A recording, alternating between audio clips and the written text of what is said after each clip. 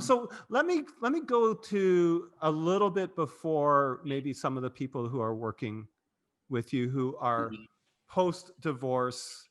Maybe their business is in a shambles, or maybe it's holding on, but they don't necessarily see why they're using it. There's a whole bunch of stuff going on there. Mhm.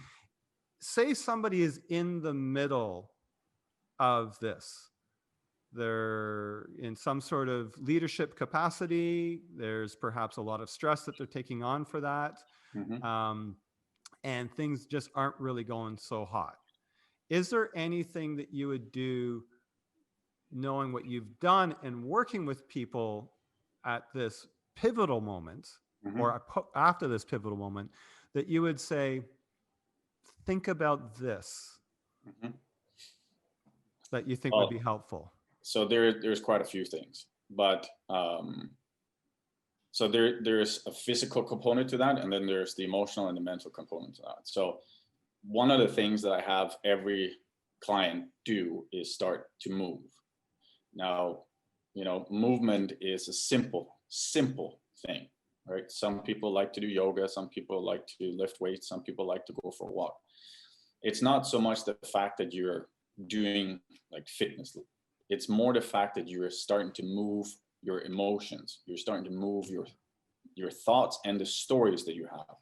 Because the challenge in the beginning is that we have a ton of stories, we have a ton of pain, right? And the stories and the pain are connected. So if I use myself as an example, I despised my ex right afterwards. Like I literally hated her. I was like, I could say the worst things to her, but it was actually a projection that I was sending out. It wasn't really I was just angry because I was hurt, right? Anger and then hurt come underneath it. And so the first thing I did, which was the only thing I could do that made some form of logical sense to me at the time, was to start walking. So I just started walking in the forest, in nature. Hmm. And then from there, I started adding things like journaling, right? Like writing down my thoughts. So instead of being stuck here, I actually got it out. So those are really, really simple tools. Like just start moving, start writing it down in your journal. And then so the first phase I have is what I call the recovery phase, which is essentially this, which is that you're in your absolute darkest moment of your life. You don't know who you are and you don't know where you're heading. There's a ton of uncertainty. It's like you could maybe compare it to like COVID, with the fact that there's all this uncertainty and you don't know the future of where you're going to be, but also where your business is going to be. If you have children, where are they going to be? Your health might be declining. So there's all these factors that come into that game.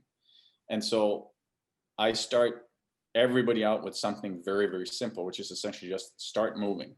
And it's not to build, a massive physique or anything like that. It's just to get you out of being stuck, Hmm. right? Because when we tend to be depressed, we are what? What happens when we get depressed? Our body language shrinks, we sit at home, and we don't move. So our whole capacity for expansion closes down. So essentially what we're doing is we're protecting our heart because we're in pain, right? This is why we do this. So by starting to move, we start opening up ourselves, but we also start opening up to the healing process. So, So those are two very, very simple things. The other yeah. thing is we have to attack the stories, Hmm. right? We have to attack the stories that you're stuck with. Hmm. The thought that comes to my mind as you're working through this, and we'll get into attacking the stories in a moment, is, and the thing is that I love this because this is such a, not just like, this is an everyday thing. Mm-hmm. You're actually turning to shift yourself into, you call it a better, the best you Version. can be type thing, Yes. the best, because what I think oftentimes can connect you to the hate, the anger, the stories, the Mm-hmm. resentment, the regret, or whatever it happens to be, is because you're physically attached to them. And so what's happening is, unless you're going through a process, to detach, you're Mm-hmm. solidifying on those things. You're like, this is the way it was and is, and she was or he was, and Yep. it is. And um, and I know everybody can say, oh, the thing you should do is forgive and all that kind of stuff. And as soon as you think it's causal, as in, oh, the thing I need to do is forgive versus accept, Mm-hmm. and then maybe forgiveness can come out. I'm just rambling a little bit here. Yep. Then you're stuck on it.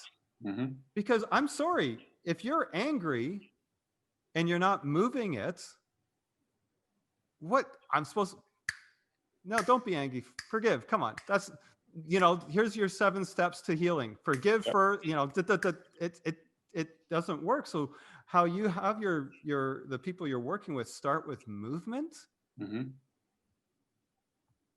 in nature, and then start journaling, getting external. So it's not solidified in your head. You can actually see your thoughts, and then that changes your thoughts because now you're seeing your thoughts.